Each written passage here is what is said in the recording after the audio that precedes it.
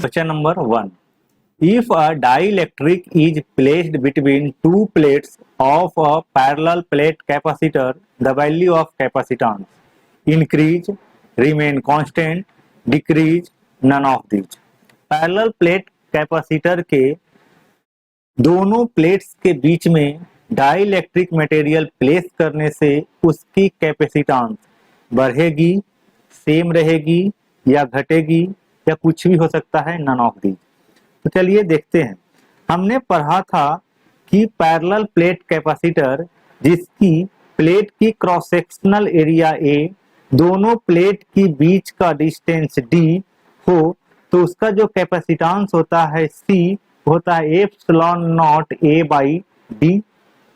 अगर इसी कैपेसिटर के दोनों प्लेट्स के बीच में हमने एक डाइलेक्ट्रिक मटेरियल रखा जिसकी डाइलेक्ट्रिक कांस्टेंट के है, cross section area of the plate is a और दोनों प्लेट का बीच का जो डिस्टेंस है वो डी है, तो जो नया कैपेसिटेंस होगा C dash equal to epsilon not A into D और into K, means K epsilon not A by D.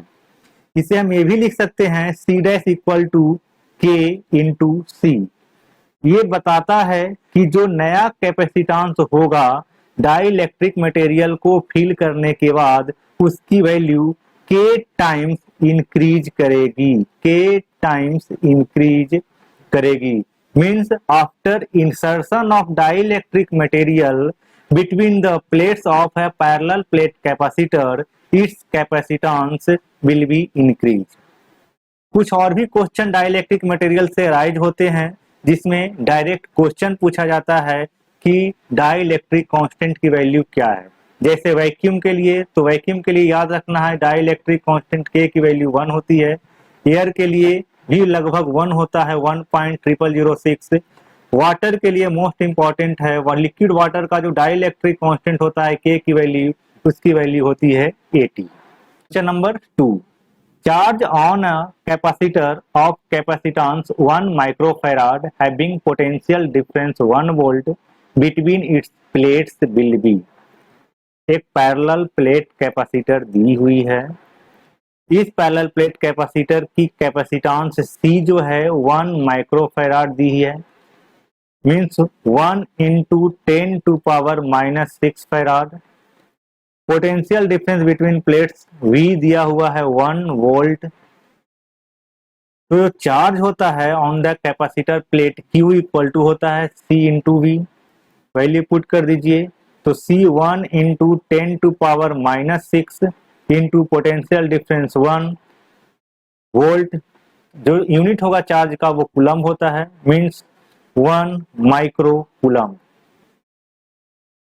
तो right answer is option number B 1 micro coulomb. Question number 3. Force between two charged particles situated at a distance is f. If distance between the two is made half, then the value of electric force will be.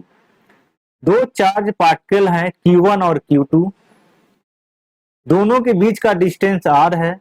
दोनों के बीच में जो force work कर रहा है electrostatic force, उसकी value f है। तो क्वेश्चन ये कहता है कि अगर ये दोनों चार्ज पार्टिकल के बीच का डिस्टेंस को हम हाफ कर दें, यानी कि r/2 कर दें, चार्ज पार्टिकल का जो मैग्नीट्यूड है वो सेम है, तो फोर्स क्या होगा? आपको f' निकालना है। तो देखिए, from two charge particle f equal to होता है 1/4 pi epsilon not Q1 Q2 by r square. Similarly f' की अगर हम बात करते हैं तो इसके लिए हो जाएगा 1/4 pi epsilon not Q1 Q2 by distance का स्क्वायर, मीन्स r/2 का स्क्वायर। इसका सॉल्व करिए तो 1/4 pi epsilon not into Q1 Q2 by r square into 4 लिख सकते हैं, और इसको हमें ये भी लिख सकते हैं 4 इंटू f, क्योंकि 1/4 pi epsilon not Q1 Q2 by r square का वैल्यू मैंने यहाँ से पिकअप किया है और ये किसकी है? 4 है। तो अगर दो चार्ज पार्टिकल के बीच का डिस्टेंस को अगर हम हाफ करते हैं, चार्ज का मैग्नीट्यूड को सेम रखते हैं, तो दोनों चार्ज के बीच का जो फोर्स होता है वो 4 टाइम हो जाते हैं, यानी कि 4 times of the initial force. So the right answer is option number A.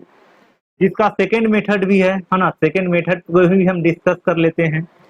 From Coulomb's law F equal to 1 upon 4 pi epsilon not Q1 Q2 by R square.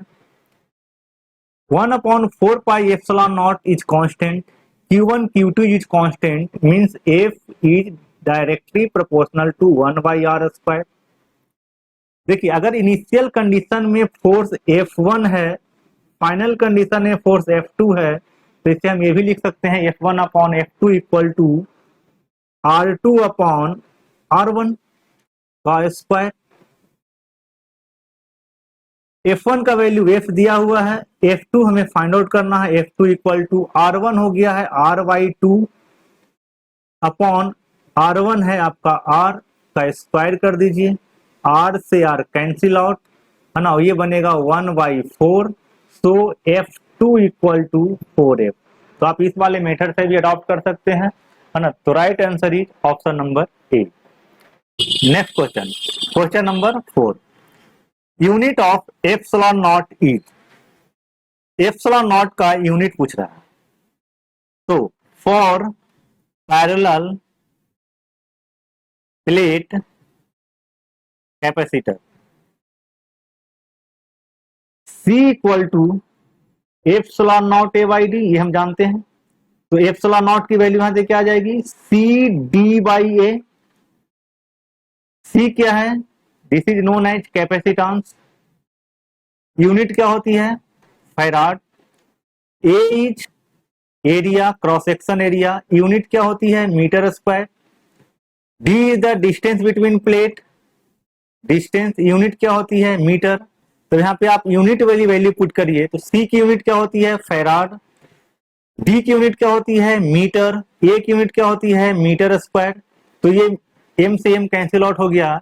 तो क्या हम ये कह सकते हैं कि एप्सिलॉन नॉट का जो यूनिट होगा वो फैराड मीटर माइनस 1 होगा। So right answer is option number B. और भी यूनिट होते हैं एप्सिलॉन नॉट का, है ना, और भी यूनिट होते हैं एप्सिलॉन नॉट का, जैसे फ्रॉम कूलॉम्स लॉ। अब कूलॉम्स लॉ के अकॉर्डिंग भी चल सकते हैं, लेकिन कूलॉम्स लॉ से जो यूनिट आएगा वो इस ऑप्शन से बाहर के आएंगे। ठीक है, तो देखिए कूलॉम्स लॉ क्या कहता है, F इक्वल टू होता है 1 upon 4 pi epsilon not Q square by R square. Epsilon not equal to हो जाएगा Q square upon 4 pi F R square. अब यहाँ पे वैल्यू पुट कर लीजिए, तो कूलम्ब स्क्वायर, 4 पाई कांस्टेंट है तो इसकी यूनिट नहीं होगी, पर न्यूटन मीटर स्क्वायर। तो एप्सिलॉन नॉट का जो सेकेंड यूनिट है वो होता है coulomb square newton minus 1 metre minus 2। Clear है। चलिए वैल्यू भी पूछा जाता है कि what is the value of epsilon not. तो एप्सिलॉन नॉट का जो वैल्यू होता है ये होता है 8.85 into 10 to power minus 12 coulomb square newton metre square. ये भी बहुत बार एग्जाम में पूछा जाता है कि एप्सिलॉन नॉट का वैल्यू क्या है। एप्सिलॉन नॉट का जो वैल्यू होता है 8.85 into 10 to power minus 12 coulomb square newton metre square. Clear है। चलिए आगे चलते हैं। Question number 5। Two capacitors each of capacity C are connected in parallel, the equivalent capacity is. दो कैपेसिटर है जिसे पैरेलल में कनेक्ट किया गया है, कैपेसिटर 1 कैपेसिटर 2, ये दोनों कैपेसिटर को पैरेलल में कनेक्ट किया गया है। तो पूछ रहा है कि इक्विवेलेंट कैपेसिटेंस क्या होगा। ठीक है, this is C1 and this is C2. For parallel combination,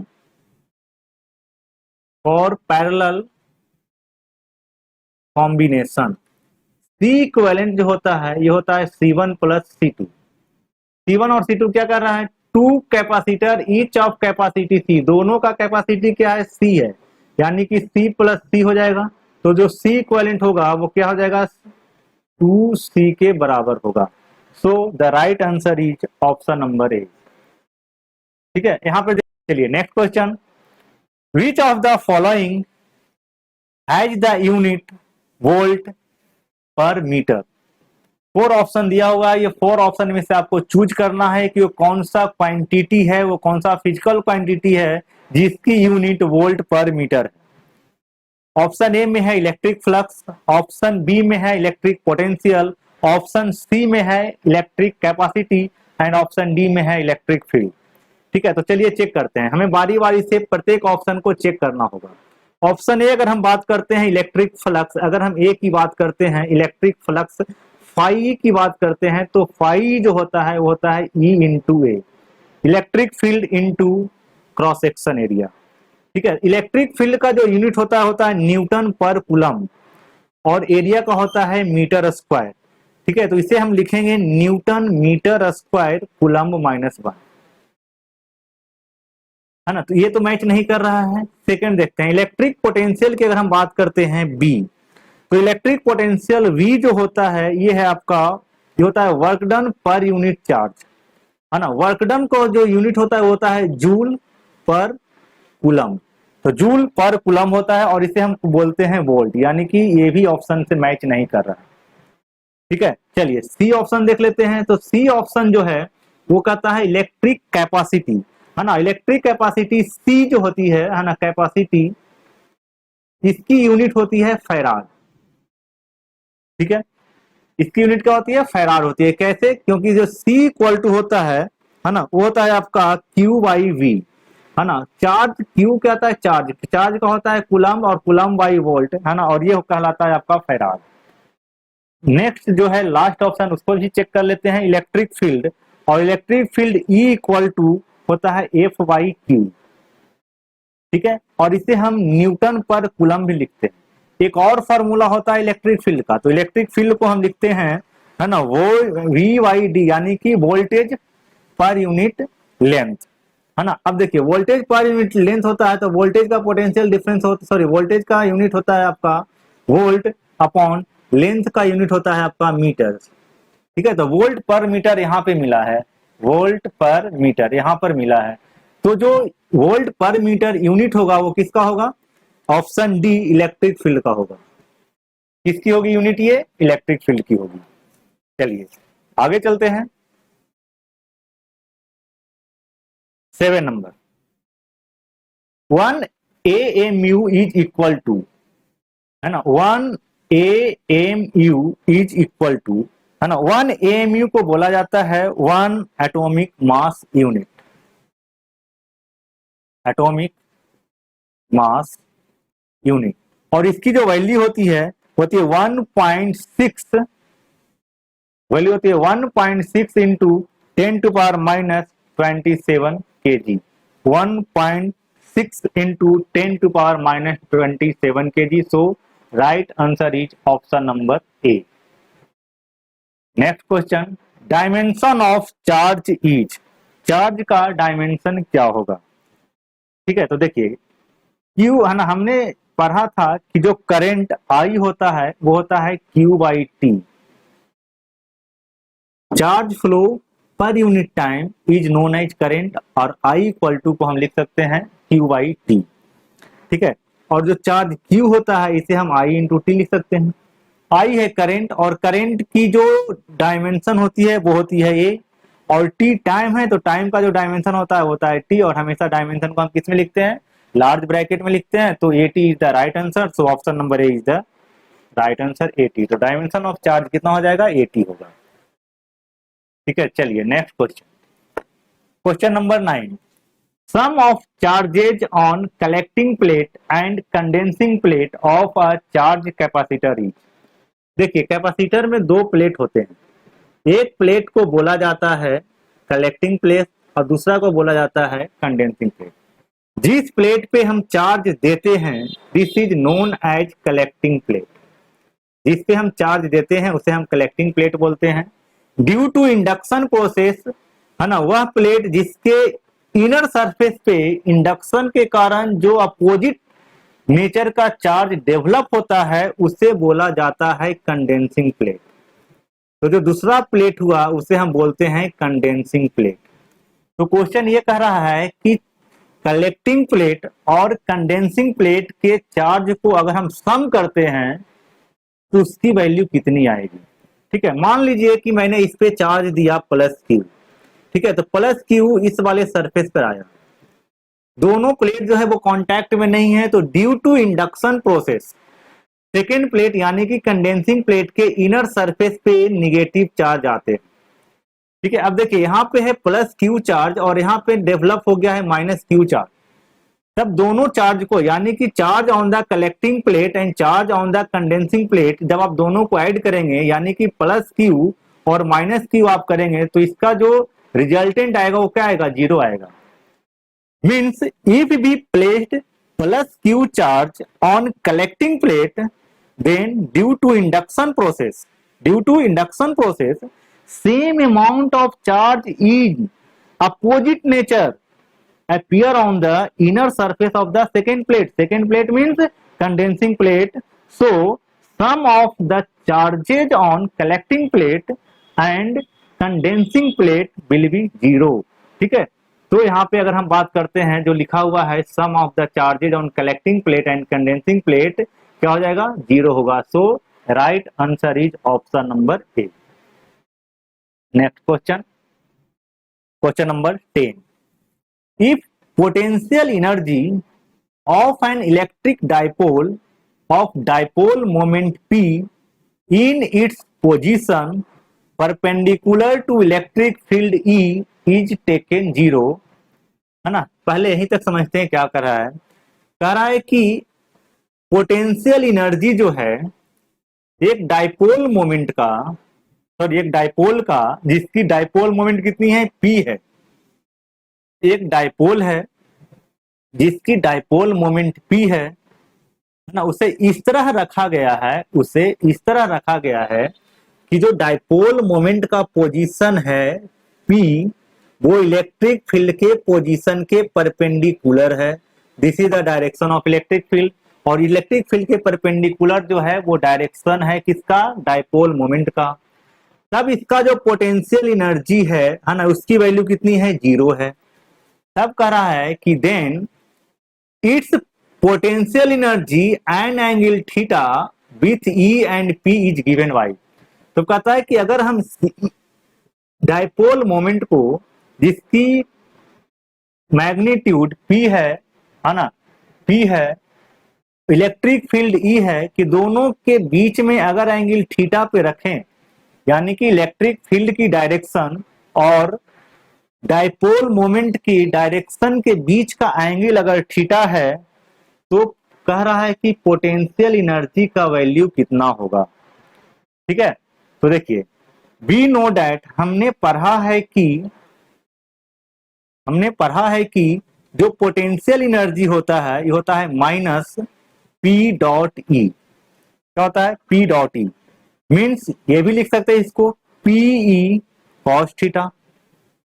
ठीक है, क्या लिख सकते हैं इसको, PE cos थीटा। ये जो है इस वाले केस के लिए भी जो पोटेंशियल एनर्जी जीरो आ रहा था वो वहीं से तो आ रहा था, थीटा की वैल्यू क्या है 90 डिग्री, तो cos थीटा के जगह पे अगर हम cos 90 पुट करेंगे तो पोटेंशियल एनर्जी क्या आ जाता है, जीरो आता है। ठीक है, तो कहीं भी किसी भी एंगल के लिए बात करें पोटेंशियल एनर्जी हमेशा डाइपोल के केस में माइनस P होता है। ठीक है, तो पोटेंशियल एनर्जी कितना हो जाएगा, minus P cos theta. So right answer is option number D. ना question number 11। In the figure if net force on Q is zero then value of Q by Q is capital Q upon small q is, उसकी value पूछ रहा है कितना होगा। ठीक है, तो चलिए देखते हैं। मैंने, है ना, आप किसी भी कॉर्नर को पिक कर सकते हैं, है ना। कॉर्नर को पिक करने पे, है ना, दो कॉर्नर है कैपिटल Q का, एक ये वाले कॉर्नर पे या फिर इस वाले कॉर्नर पे, किसी भी कॉर्नर को आप पिक कीजिए। उस कॉर्नर पे जितने भी उस चार्ज पे, कॉर्नर का मतलब चार्ज, उस चार्ज पे जितने भी फोर्स वर्क कर रहे हैं, है ना, उसे मेंशन कीजिए डायरेक्शन के साथ। देखिए इस Q पे, है ना, ये जो Q है स्मॉल q दोनों सेम नेचर का है, तो इसे जो ये स्मॉल q है वो कैपिटल Q को रिपेल करेगा। ठीक है, तो जब ये रिपेल करेगा और मैंने मान लिया है वो जो रिपल्सिव फोर्स है वो F1 है, ये स्मॉल q जो है वो कैपिटल Q को रिपेल करेगा, क्योंकि दोनों का नेचर क्या है, सेम है। मैंने मान लिया कि वो रिपल्सिव फोर्स कितना है, F2 है। ये जो कैपिटल Q है अपोजिट कॉर्नर पे, वो क्या करेगा, इस फोर्स को, इस चार्ज को रिपेल करेगा। और मैंने ये मान लिया है कि इसकी जो रिपल्सिव फोर्स है वो कितनी है, F3 है। तो पहले F1, F3 और F2 की वैल्यू फाइंड आउट कर लेते हैं। F1 का जो वैल्यू होगा वो होता है 1/4 pi epsilon not Q/r²। F2 जो होगा वो हो जाएगा 1/4 pi epsilon not Q/r²। Next जो F3 है उसकी वैल्यू हो जाएगी 1/4 पाई एप्सिलॉन नॉट Q²। अब ये चार्ज, ये वाला चार्ज और इस वाले चार्ज के, है ना, जहां पे हम फोर्स को कंसीडर कर रहे हैं, उस चार्ज के बीच का जो डिस्टेंस है ये है √2r। तो इसका स्क्वायर करेंगे तो कितना हो जाएगा, 2r²। अब चलिए, अब देखिए F1 जो है वो डाउनवर्ड डायरेक्शन में है, F2 जो है वो राइट साइड में है। दोनों 90 डिग्री पे वर्क कर रहा है, दोनों 90 डिग्री पे वर्क कर रहा है। दोनों का जो मैग्नीट्यूड है वो सेम है। देखिए यहाँ पे ये F1 और ये F2 दोनों का मैग्नीट्यूड क्या है, सेम है। दोनों का मैग्नीट्यूड अगर सेम है, दोनों 90 डिग्री पे वर्क करते हैं, तो आपने वेक्टर में पढ़ा था कि जो रिजल्टेंट होता है वो होता है रूट ओवर F1 का स्क्वायर प्लस F2 का स्क्वायर। कैसे, देखिए इधर वर्क कर रहा है F1 मान लेते हैं और इधर वर्क कर रहा है F2। दोनों का मैग्नीट्यूड क्या है, सेम है। तो जब ये दोनों का मैग्नीट्यूड सेम है तो ये इसका रिजल्टेंट बनेगा, और ये जो रिजल्टेंट बनेगा, है ना, ये इस रिजल्टेंट का वैल्यू है √F1² प्लस F2²। ये रिजल्टेंट, ये जो रिजल्टेंट R बना है ना, तो इसकी वैल्यू कितनी है, F1² प्लस F2²। ठीक है, इसका मतलब ये है कि F1 और F2 का जो रिजल्टेंट होगा वो उसी डायरेक्शन में होगा जिस डायरेक्शन में F3 वर्क कर रहा है। ठीक है, so net force on charge Q, कितना नेट फोर्स होगा, तो देखिए F3 ऑलरेडी पहले से उस डायरेक्शन में वर्क कर रहा है, plus resultant of F1 and F2 कितना हो जाएगा, तो F1² प्लस F2² होगा, है ना। क्वेश्चन क्या कर रहा है कि net force on Q is 0। इसका मतलब यह है कि लेफ्ट हैंड साइड हमारा 0 है, इक्वल टू कितना हो जाएगा, F3 plus √over F1² plus F2²। F3 को इधर कर लीजिए तो minus F3 equal to √over F1² plus F2²। Squaring both side भी अगर आप करते हैं तो F3 इक्वल टू हो जाएगा यहाँ पे आपका F1² प्लस F2²। ठीक है, वैल्यू पुट करिए, मैंने यहाँ पे वैल्यू लिखा है। जब आप वैल्यू पुट करते हैं तो यहाँ से एक रिजल्टेंट आएगा, एक रिजल्ट आएगा Q/Q का, और उसकी जो वैल्यू होगी हो जाएगी -2√2। माइनस साइन क्या शो करता है, माइनस साइन निगेटिव साइन, है ना, यानी कि negative sign so that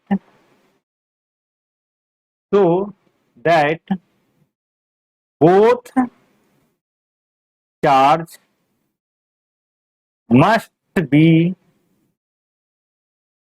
in opposite direction.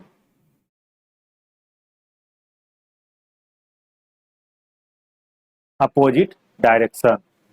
तो right answer is option number B, 2√2। तो जो रेशियो आएगा capital Q upon small q का, वो आ जाएगा 2√2। क्लियर है। चलिए question number 12, when a body is charged its mass, option A increase, option B decrease, option C remain same and D may increase और डिक्रीज। तो देखिए व्हेन बॉडी चार्ज्ड, जब हम बॉडी को चार्ज करते हैं, देन इट्स मास में increase और डिक्रीज। उसकी जो मास है वो इंक्रीज और डिक्रीज कर सकता है। वो डिपेंड करता है कि मैंने बॉडी को कैसा चार्ज किया है। क्या मैंने बॉडी को निगेटिव चार्ज किया या बॉडी को मैंने पॉजिटिव चार्ज किया। अगर मैंने बॉडी को पॉजिटिव चार्ज किया है, अगर मैंने बॉडी को पॉजिटिव चार्ज किया है तो mass of the body will decrease. जब हम बॉडी को पॉजिटिव चार्ज करते हैं तो mass of the body will decrease, घटेगा। And when we charge the body negative charge, अगर हम बॉडी को निगेटिवली चार्ज करते हैं, बॉडी पे निगेटिव चार्ज देते हैं, इसका मतलब ये हुआ कि उसका जो मास है वो इंक्रीज करेगा। तो अगर बॉडी निगेटिवली चार्ज है तो उसका मास इंक्रीज करता है, और अगर बॉडी पॉजिटिवली चार्ज है तो उसका मास डिक्रीज करता है। ठीक है, सो the right answer is option number D. ठीक है, देखिए मैंने नीचे एक्सप्लेन भी कर दिया है। When body charged then its mass may increase और decrease. If body positively charge that means body loss electron, that is mass of body decrease. If body negatively charged, that means body gain electron, that is mass of body increase। Negative charge रहेगा तो increase होगा, positive charge रहेगा तो decrease होगा। चलिए next question, question number 13। Surface charge density of a conductor is sigma, then electric field near it is। अब यहाँ पे मैंने एक कंडक्टर बनाया है, ठीक है। इस कंडक्टर पे दो सरफेस हैं, surface number 1 and surface number 2। दोनों सरफेस पे जो सरफेस चार्ज डेंसिटी है, दोनों सरफेस पर जो सरफेस चार्ज डेंसिटी है वो सिग्मा है, सिग्मा है। पता है electric field near it is, मैंने एक पॉइंट भी कंसीडर कर लिया है, this is the point P. तो पॉइंट पी पे इलेक्ट्रिक फील्ड की वैल्यू क्या होगी। तो इस पॉइंट पे जो इलेक्ट्रिक फील्ड बनेगा वो दोनों सरफेस के कारण बनेगा। सरफेस 1 के कारण इलेक्ट्रिक फील्ड की डायरेक्शन E1 होगी टुवर्ड्स राइट। सरफेस 2 के कारण भी इलेक्ट्रिक फील्ड की जो डायरेक्शन होगी वो सेम डायरेक्शन होगी towards right, this is E2। So E net, तो जो नेट इलेक्ट्रिक फील्ड होगा at point P will be E1 plus E2। अब E1 और E2 होता क्या है वो भी तो देखें, ठीक है। तो फॉर कंडक्टर, ये थिक कंडक्टर की बात कर रहा है।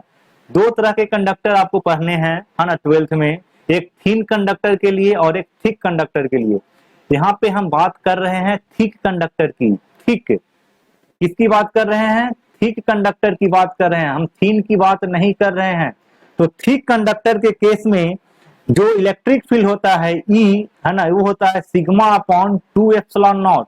तब यहाँ पे वैल्यू पुट करिए, ठीक है। E1 का वैल्यू कितना हो जाएगा, sigma upon 2 epsilon naught plus sigma upon 2 epsilon naught, क्या बनेगा ये, sigma upon epsilon not. So जो नेट इलेक्ट्रिक फील्ड होगा at point P will be sigma upon epsilon naught. कितना हो जाएगा, sigma upon epsilon not. So right answer is option number B. चलिए next question, question number 14। The electric field at a point near an infinite thin sheet of charged conductor। अब यहाँ पे हम thin sheet की बात करेंगे। तो for thin sheet electric field जो होता है near the charged conductor sigma upon epsilon not होता है। कितना होता है, सिग्मा अपॉन 2 एप्सिलॉन नॉट होता है। सिग्मा अपॉन एप्सिलॉन नॉट तो थिक के लिए होता है ना, थिन के लिए क्या हो जाएगा, sigma upon 2 epsilon not. So the right answer is option number C, sigma upon 2 epsilon not. चलिए नेक्स्ट क्वेश्चन देखते हैं, question number 15। The dimensional formula for half epsilon not E square is identical to that of, किसके identical है। 4 option दिया हुआ है, इसमें से आपको चूज करना है कि जो गिवन फॉर्मूला है उसकी डायमेंशनल फॉर्मूला जो 4 ऑप्शन में है उसमें से किससे मैच कर रहा है, ठीक है। तो इसके लिए आपको जितने भी फिजिकल क्वांटिटी यहाँ पे दिख रहे हैं सारे फिजिकल क्वांटिटी के डायमेंशनल फॉर्मूला मालूम होनी चाहिए। अगर आपको फिजिकल क्वांटिटी के डायमेंशनल फॉर्मूला मालूम है तो उस डायमेंशनल फॉर्मूले की वैल्यू को पुट करिए, है ना, रिजल्ट मैच करेगा, है ना। चलिए देखते हैं सबसे पहले कौन कौन सा फिजिकल क्वांटिटी यहाँ पे दिया हुआ है। तो सबसे पहले तो एक दिया हुआ है एप्सिलॉन नॉट, इसका जो डायमेंशनल फॉर्मूला होता है ये होता है m-1 l-3 T4 a square. Epsilon not का मैंने है ना। ई का जो है इलेक्ट्रिक फील्ड का जो डायमेंशनल फॉर्मूला होता है ये होता है m-l-T-3 a-1। Magnetic field B का जो डायमेंशनल फॉर्मूला है ये होता है m1 l0 T-2 a-1 a-1। Mu naught का जो डायमेंशनल फॉर्मूला होता है ये होता है m1 l1 T-2 a-2। अब इतने ही यहाँ पे फिजिकल क्वांटिटी यूज हुए हैं। अब ये फिजिकल क्वांटिटी को है ना ऑप्शन के अकॉर्डिंग है ना सारे डायमेंशनल फॉर्मूले को हम वहां पे पुट करेंगे और मैच करेंगे। तो सबसे पहले जो गिवन फॉर्मूला है उसे हम उसकी डायमेंशनल फॉर्मूला हम कैलकुलेट करते हैं। तो गिवन फॉर्मूला क्या है, देखिए गिवन फॉर्मूला क्या है। तो जो गिवन फॉर्मूला है ये है half epsilon not E square. अब इसका डायमेंशनल फॉर्मूला देखिए क्या होता है, हाफ है तो इसका कोई भी डायमेंशनल फॉर्मूला होता नहीं है क्योंकि हाफ एक कांस्टेंट है। तो हमें सिर्फ एप्सिलॉन नॉट और ई स्क्वायर का डायमेंशनल फॉर्मूला ही वही हमें यूज करना है। तो चलिए अब वैल्यू पुट कर देते हैं यहाँ पे। एप्सिलॉन नॉट के लिए वैल्यू है आपका m-1 l-3 T4 a square. E square के लिए है यहाँ पे m l T-3 a-1 का स्क्वायर। इसे जब आप सॉल्व करेंगे तो ये आ जाएगा m1 l-1 T-2 a0। अब ऑप्शन के अकॉर्डिंग चलते हैं, हम ऑप्शन नंबर ए को चूज करते हैं। कितना दिया हुआ है B square upon 2 mu not. तो बी स्क्वायर का डायमेंशन कितना है m1 l0 T-2 a-1 का स्क्वायर करिए अपॉन 2 का तो कांस्टेंट है, डायमेंशन फॉर्मूला नहीं होता है। म्यू नॉट का वैल्यू पुट करिए तो m1 l1 T-2 a-2। इसे आप सॉल्व करिएगा तो ये आएगा m1 l-1 T-2 और a0 क्लियर है। अब देखिए ये और ये क्या है सेम है, तो पहला ऑप्शन ही इसका राइट आंसर होगा। हमें बाकी को चेक करने की जरूरत ही नहीं पड़ी क्योंकि पहला ही हमें मैच कर गया, पहला ही मैच कर गया है। अगर मैच नहीं करता तो हम दूसरे पर आते, दूसरा मैच नहीं करता तो हम तीसरे पर आते, तीसरा मैच नहीं करता तो हम चौथे पे भी आते। लेकिन यहाँ क्या है कि फर्स्ट ऑप्शन ही मैच कर गया है। So right answer is option number A, B square upon 2 mu naught is equivalent to half epsilon not E square, dimensionally equivalent to half epsilon not E square. चलिए next question, question number 16। The electric potential due to a small electric dipole at a large distance r from the center of dipole is proportional to। कह रहा है कि एक electric dipole है। Electric dipole दो opposite charge से मिल करके बना होता है, -q एंड +q। ये इलेक्ट्रिक डाइपोल है, दोनों चार्ज का बीच का जो डिस्टेंस है वो स्मॉल जो 2l है। इसके एक्सिस पे at a very large distance एक पॉइंट P है। तो पूछ रहा है कि यहां पर जो इलेक्ट्रिक पोटेंशियल होगा V वो डायरेक्टली प्रोपोर्शनल होगा किसका, किसका डायरेक्टली प्रोपोर्शनल होगा। we know that electric potential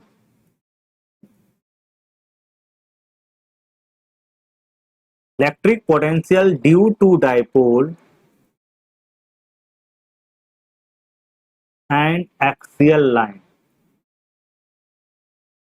V equal to होता है 1/4 pi epsilon not P upon R square minus L square. R क्या है, तो R है distance of the point P from the centre of the dipole. Dipole के centre से point P का distance है, ठीक है। चलिए अब कंडीशन ये दिया हुआ है कि R जो है वो much much greater than L है, तो जब R much greater than L है तो V क्या हो जाएगा, V equal to 1/4 pi epsilon not P upon R square होगा। P क्या है, तो P जो है इसे बोला जाता है ना, electric dipole moment. P is known as electric dipole moment. ठीक है, P is known as electric dipole moment लिख देता हूं यहाँ पे, P को बोला जाता है डाइपोल मोमेंट। कौन सा डाइपोल मोमेंट, तो ये भी लिख लीजिए इलेक्ट्रिक डाइपोल मोमेंट P। अब देखिए इलेक्ट्रिक डाइपोल मोमेंट P का जो फॉर्मूला होता है ये होता है Q इंटू 2L। अब देखिए कि पोटेंशियल किस पे डिपेंड कर रहा है ना, क्योंकि हम चार्ज को चेंज नहीं कर रहे हैं, है ना, चार्ज को हम चेंज नहीं कर रहे हैं, दोनों चार्ज के डिस्टेंस को हम चेंज नहीं कर रहे हैं। इसका मतलब ये हुआ है कि जो डाइपोल मोमेंट है वो कांस्टेंट है। डाइपोल मोमेंट क्या है, कांस्टेंट है, क्योंकि न तो हम चार्ज चेंज कर रहे हैं और न दोनों चार्ज के बीच के डिस्टेंस को चेंज कर रहे हैं। तो जब हम न तो चार्ज चेंज करेंगे और न डिस्टेंस चेंज करेंगे तो हमारा जो डाइपोल मोमेंट है वो क्या होगा, कांस्टेंट होगा।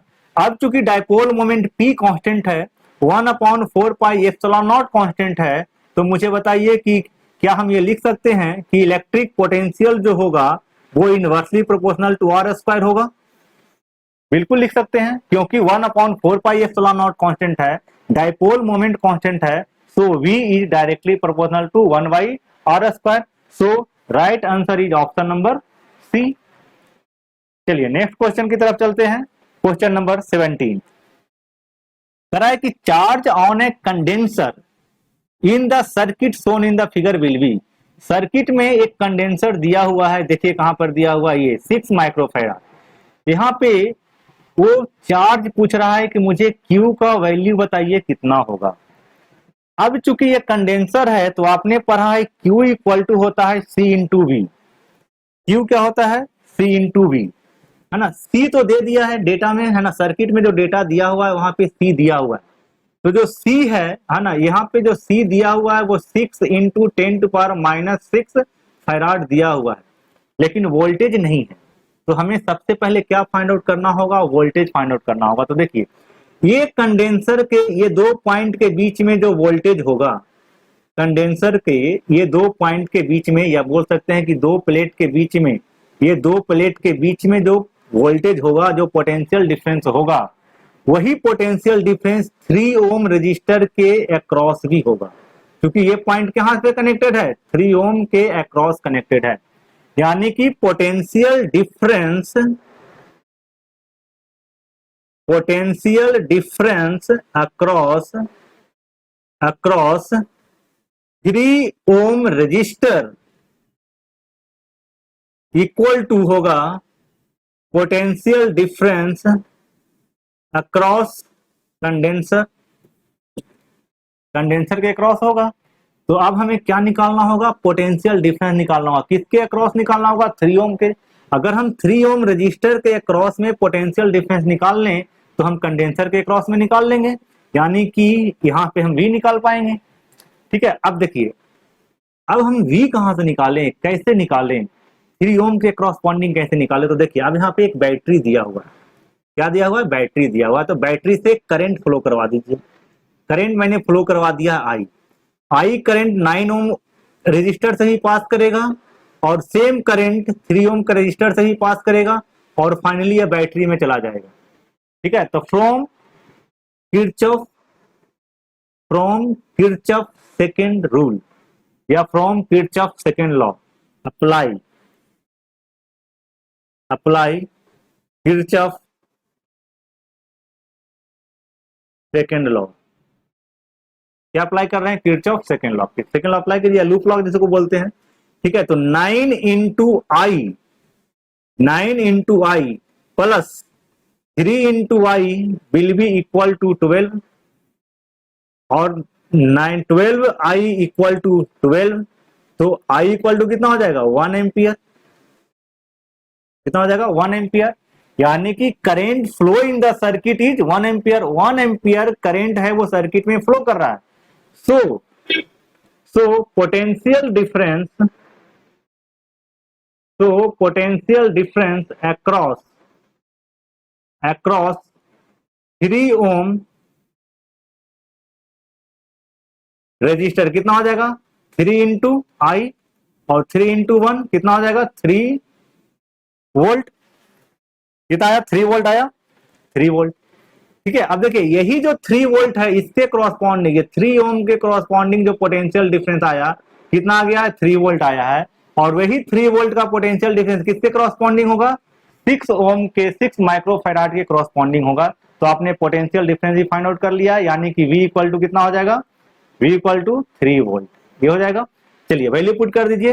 तो Q इक्वल टू C तो दिया हुआ है 6 इंटू 10⁻⁶ माइक्रोफैराड यानी कि -6 फैराड इंटू पोटेंशियल डिफरेंस कितना है 3 वोल्ट है तो 3 इक्वल टू कितना हो जाएगा 18 इंटू 10⁻⁶ कूलम या फिर 18 micro coulomb. So the right answer is option number A 18 micro coulomb. चलिए next question, question number 18। Two capacitor C1 2 microfarad and C2 4 microfarad are connected in series and a potential difference 1200 volt is applied across it. If potential difference across 2 microfarad will be it potential difference across 2 microfarad will be। दो capacitor है, दोनों को series में connect किया गया है, इसके across एक पोटेंशियल डिफरेंस अप्लाई किया गया है। पोटेंशियल डिफरेंस कितने का पोटेंशियल डिफरेंस अप्लाई किया गया है 1200 वोल्ट का। इसकी कैपेसिटेंस C1 है और इसकी कैपेसिटेंस C2 है, दो कैपेसिटर है दी हुई है। ठीक है, चलिए आपको फाइंड आउट करना है potential difference across 2 microfarad capacitor. ठीक है, पोटेंशियल डिफरेंस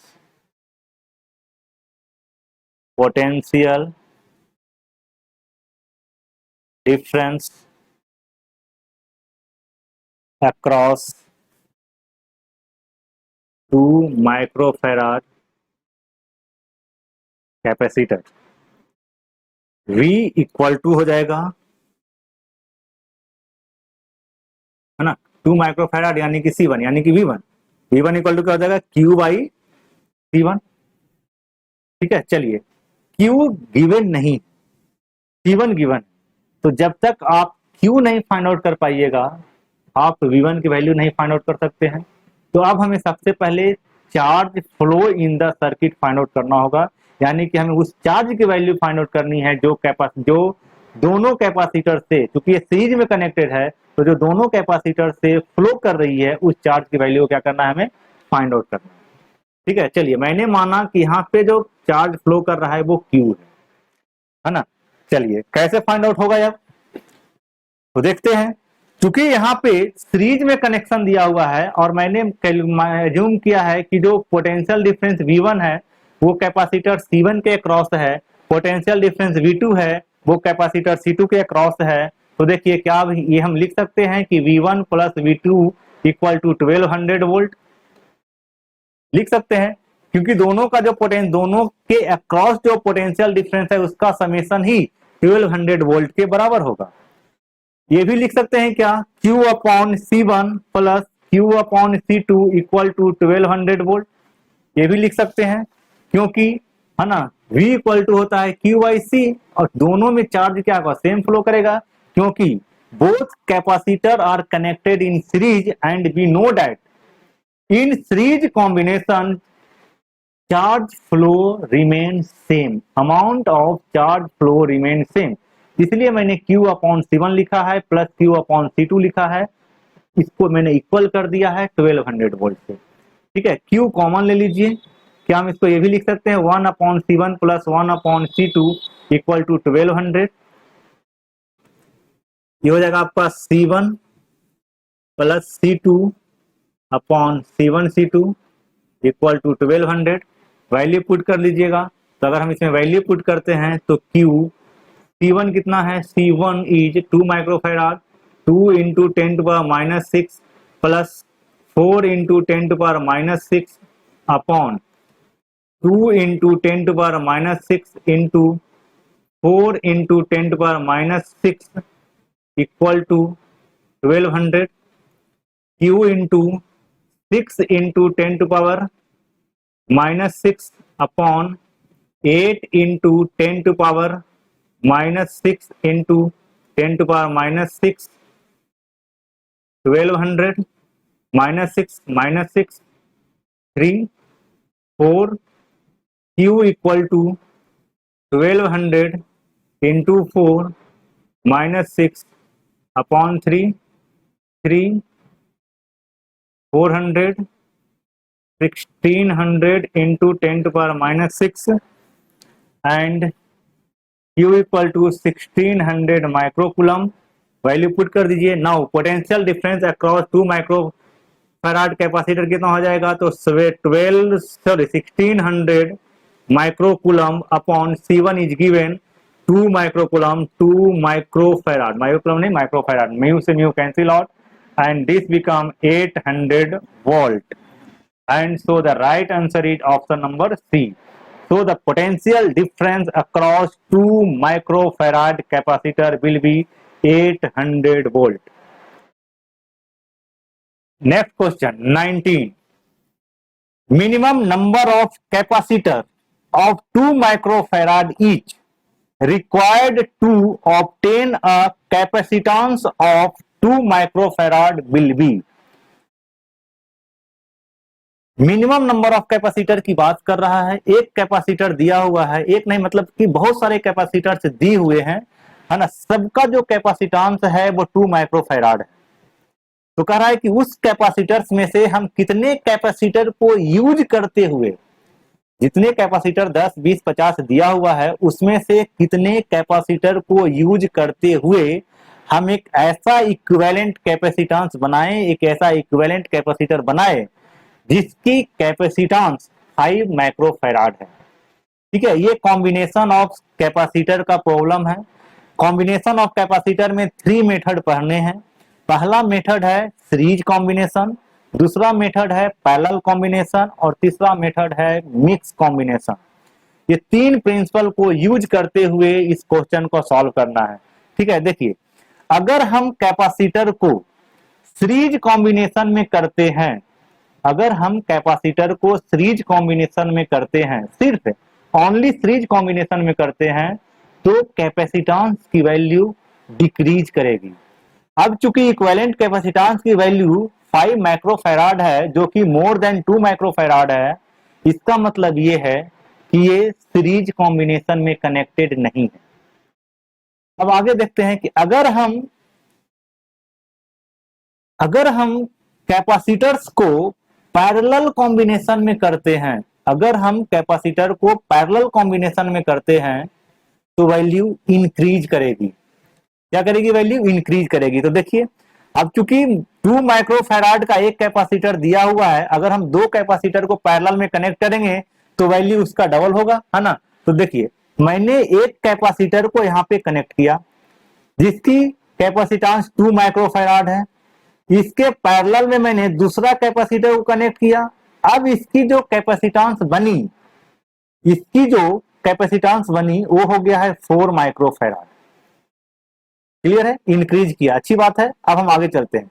अगर मैं एक और कैपेसिटर को यहाँ पे कनेक्ट करता हूं, अगर मैं यहाँ पे एक और कैपेसिटर को कनेक्ट करता हूं तो अब जो कैपेसिटेंस बना, अब ये हो गया है 6 माइक्रोफैराड, ये हो गया 2 माइक्रोफैराड और नीचे वाला भी हो गया है 2 माइक्रोफैराड, 6 माइक्रोफैराड। लेकिन हमें तो 6 माइक्रोफैराड लाने नहीं है, हमें कितने लाने हैं? 5 माइक्रोफैराड।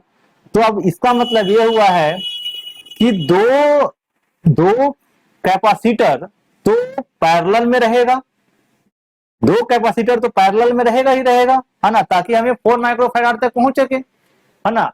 5 लाने के लिए क्या करना होगा? तो देखिए क्या मैं ये कॉम्बिनेशन को यूज कर सकता हूं? ये कॉम्बिनेशन को मैं यूज कर सकता हूं। ये अभी तक इसका जो कैपेसिटेंस हुआ है वो 4 माइक्रोफैराड हुआ है ना। 2 माइक्रोफैराड इस कैपेसिटर का और 2 माइक्रोफैराड इस कैपेसिटर का, ये तो कितना हो गया? 4 माइक्रोफैराड।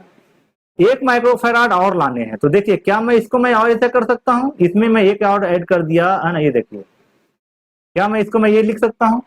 अब ये भी है यहाँ पे 2 microfarad and 2 microfarad.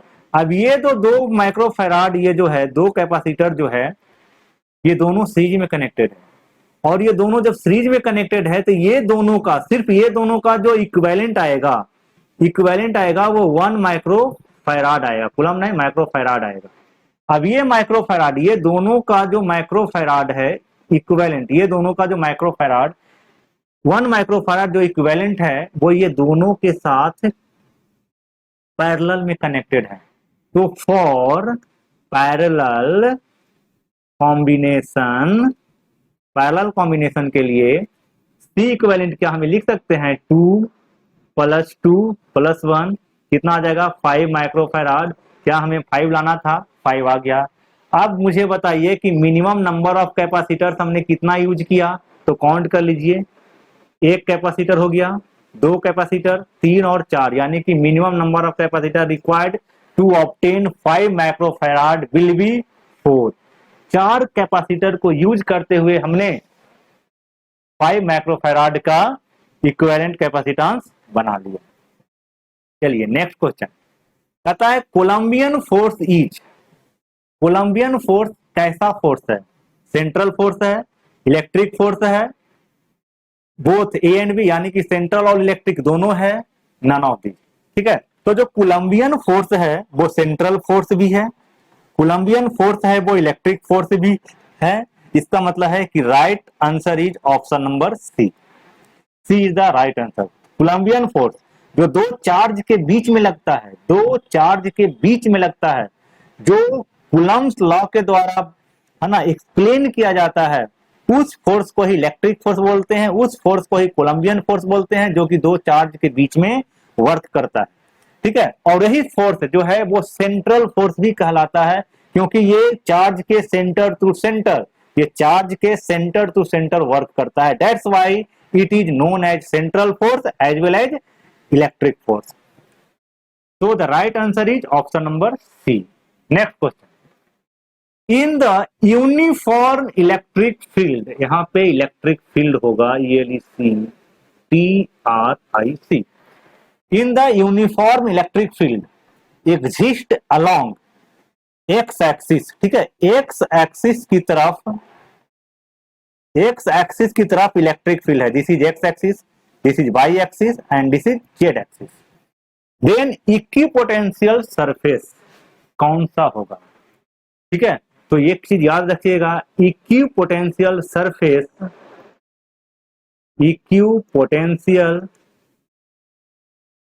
Surface always perpendicular to the direction of electric field. यानी कि equipotential surface always perpendicular to direction of electric field. अब देखिए इलेक्ट्रिक फील्ड की डायरेक्शन क्या दी हुई है, इलेक्ट्रिक फील्ड की डायरेक्शन एक्स एक्सिस की तरफ है, तो एक्स एक्सिस के परपेंडिकुलर कौन सा प्लेन होगा, एक्स एक्सिस के परपेंडिकुलर कौन सा प्लेन होगा, तो plane y z. So the right answer is option number C, y z plane. अगर इलेक्ट्रिक फील्ड एक्स एक्सिस की तरफ है तो equipotential surface, equipotential plane y z plane होगा। और अगर ये कहा जाए कि जो इलेक्ट्रिक फील्ड है वो बाई एक्सिस की तरफ है, electric field is along the y axis, then equipotential surface will be x z plane. और अगर इलेक्ट्रिक फील्ड की डायरेक्शन जेड एक्सिस की तरफ है तो जो इक्विपोटेंशियल सरफेस होगा वो एक्स वाई प्लेन होगा। ठीक है, चलिए यहाँ पे हम राइट डाउन कर देते हैं, इलेक्ट्रिक फील्ड हो गया और इधर हम प्लेन की बात करते हैं।